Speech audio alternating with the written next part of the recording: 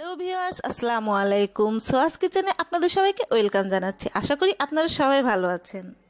আজকে আমি আপনাদের মাঝে হাজির হয়েছি ইয়াম্মি একটি পুডিং রেসিপি নিয়ে। আর সেই পুডিংটির নাম হচ্ছে ম্যাজিক পুডিং। কেন এই পুডিংয়ের নাম আমি ম্যাজিক পুডিং দিয়েছি, পুরো ভিডিওটি দেখলেই আপনারা বুঝতে পারবেন। আর এই ম্যাজিক পুডিং তৈরি করতে খুবই সহজ আর খেতে অনেক অনেক ইয়াম্মি। তো চলুন দেখে নিচ্ছি এই ম্যাজিক পুডিংয়ের প্রস্তুত প্রণালী।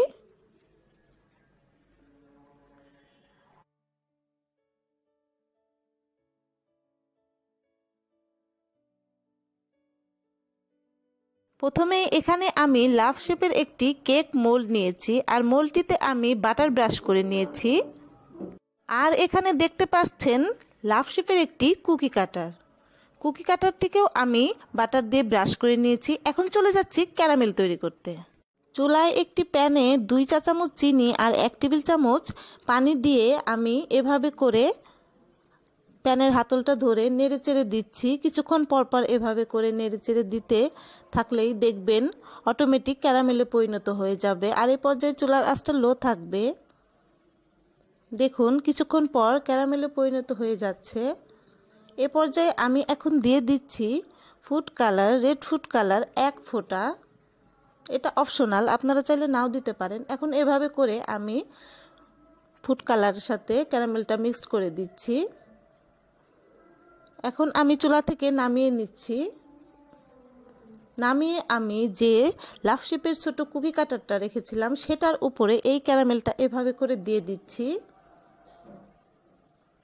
দিয়ে এখন কুকি কাটারটাকে এভাবে করে একটু চেপে ধরে রাখতে হবে। যতক্ষণ পর্যন্ত না ক্যারামেলের সাথে লেগে যাবে ততক্ষণ একটু ধরে রাখতে হবে। দেখুন এটা এখন লেগে গেছে। এখন এটাকে ঠান্ডা হওয়ার জন্য আমরা রেখে দিচ্ছি। এখন চলে যাচ্ছি পুডিং তৈরি করতে। একটি বোলে আমি 3টি ডিম নিয়েছি আর দিচ্ছি হাফ কাপ কনডেন্স মিল্ক। অবশ্যই কনডেন্স মিল্কটা দেওয়ার চেষ্টা করবেন, এতে করে টেস্টটা খুবই ভালো আসে। আমি কিন্তু এই পুডিংটায় চিনি দেব না, শুধু কনডেন্স মিল্ক দিয়েই করব।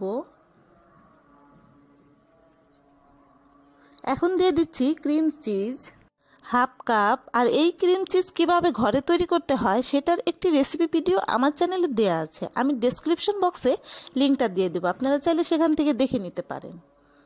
দিয়ে দিচ্ছি ক্রিম চিজ। এখন দিয়ে দিব 1 টেবিল চামচ বাটার। দিয়ে দিচ্ছি বাটার। আর দিয়ে দিব ঘন লিকুইড দুধ। আমি এখানে 2 কাপ দুধকে জাল করে 1 কাপ করে ঠান্ডা করে নিয়েছি, দিয়ে দিচ্ছি। এখন দিয়ে দিব ভ্যানিলা এসেন্স 1 চা চামচ। আপনারা চাইলে কনডেন্স মিল্কের পরিবর্তে চিনি দিতে পারেন, তবে কনডেন্স মিল্কটা দিলে টেস্টটা কিন্তু খুবই ভালো আসে। এখন আমি এই সব উপকরণগুলো ব্লেন্ড করে নিচ্ছি। ব্লেন্ড করা হয়ে গেছে। এখন আমি ছেঁকে নিচ্ছি, অবশ্যই ছেঁকে নিতে হবে।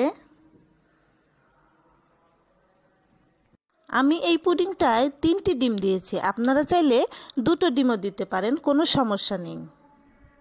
ছেঁকে নেওয়া হয়ে গেছে। এখন আমরা পুডিংয়ের পাত্রে ঢেলে দিব। আমি কিভাবে পুডিংয়ের পাত্রে দিচ্ছি আপনারা দেখুন।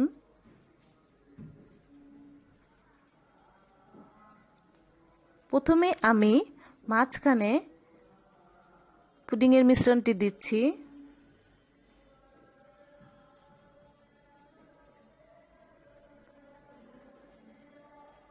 দেখুন আমি মাঝখানে যতই দিচ্ছি ততই নিচ থেকে বের হয়ে যাচ্ছে, বের হয়ে বড় পাত্রটিতে পুডিংয়ের মিশ্রণ চলে যাচ্ছে।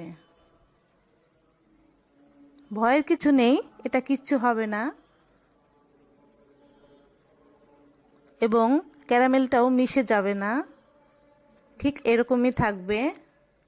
এখন আমি ওভেন প্রুফ একটি ট্রে নিয়েছি, ট্রেটার উপর পুডিংয়ের পাত্রটি বসিয়ে দিয়েছি। এখন আমি পুডিংয়ের পাত্রটি ফয়েল পেপার দিয়ে এভাবে করে ঢেকে দিচ্ছি। আমি এই পুডিংটি ওভেনে বেক করব। দিয়ে দিচ্ছি গরম পানি। গরম পানিটা এমনভাবে দিতে হবে যেন পুডিংয়ের বাটিটা অর্ধেক পরিমাণে থাকে এবং তারও একটু কম থাকে। এখন আমি ওভেনে দিয়ে দিচ্ছি 180 ডিগ্রি সেলসিয়াসে 40 মিনিটের জন্য আমি ওভেনে বেক করব। দেখুন 40 মিনিট পর আমি ফয়েল পেপারটা তুলে নিচ্ছি। আমি একটু চেক করে দেখছি পুডিংটা হয়েছে কিনা। আপনাদের পুডিংটা যদি 40 মিনিটে না হয় সেক্ষেত্রে আরও 5 থেকে 10 মিনিটও আপনারা বেক করতে পারেন, কোনো সমস্যা নেই। আমাদের পুডিংটা হয়ে গেছে, এখন আমি ঠান্ডা করে নিচ্ছি। ঠান্ডা হওয়ার পর আমি 3-4 ঘন্টা নর্মাল ফ্রিজে রেখে দিয়েছিলাম। এখন একটি ছুরির সাহায্যে 4-5টা কেটে আমি পুডিংটাকে বের করে নিচ্ছি। আর ভিউয়ার্স, এই পুডিংটি আপনারা চুলায়ও বেক করতে পারবেন। দেখুন পুডিংটি দেখতে কতটা সুন্দর লাগছে। এখন আমি একটি ছুরির সাহায্যে মাঝখানের যে লাফটা আছে সেটা 4 সাইডগুলো আগে এভাবে করে একটু ছুটিয়ে নিচ্ছি যেন ইজিলি আমরা কুকি কাটারটা তুলে নিতে পারি। খুবই আলতো হাতে কুকি কাটারটা তুলে নিতে হবে। দেখতেই পাচ্ছেন আমি কিভাবে তুলে নিচ্ছি। দেখুন তুলে নেওয়া হয়ে গেছে। দেখুন আমাদের পুডিংও রেডি। এখন আমরা একটু ডেকোরেশন করে নিচ্ছি। আমি কয়েক রকম সুইট বল দিয়ে পুডিংটাকে ডেকোরেশন করে নিচ্ছি। আপনাদের যার যেমন ইচ্ছে ডেকোরেশন করে নিতে পারেন। চুলায় কিভাবে পুডিং তৈরি করা যায় সেটির রেসিপি আমার চ্যানেলে দেয়া আছে, আপনারা চাইলে সেখান থেকে দেখে নিতে পারেন। আর সেই পুডিংটির নাম হচ্ছে কোকোনাট চকলেট পুডিং।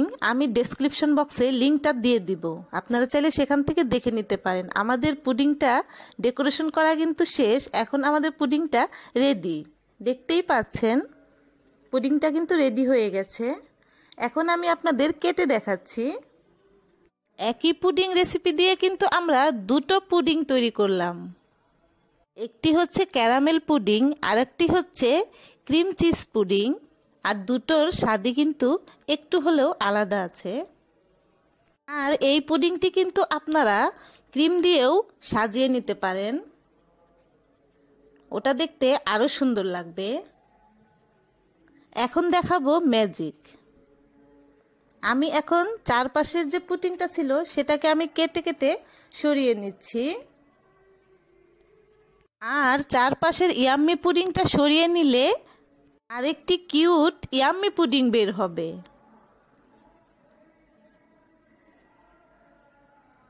ম্যাজিক, দেখুন কত কিউট লাগছে পুডিংটা।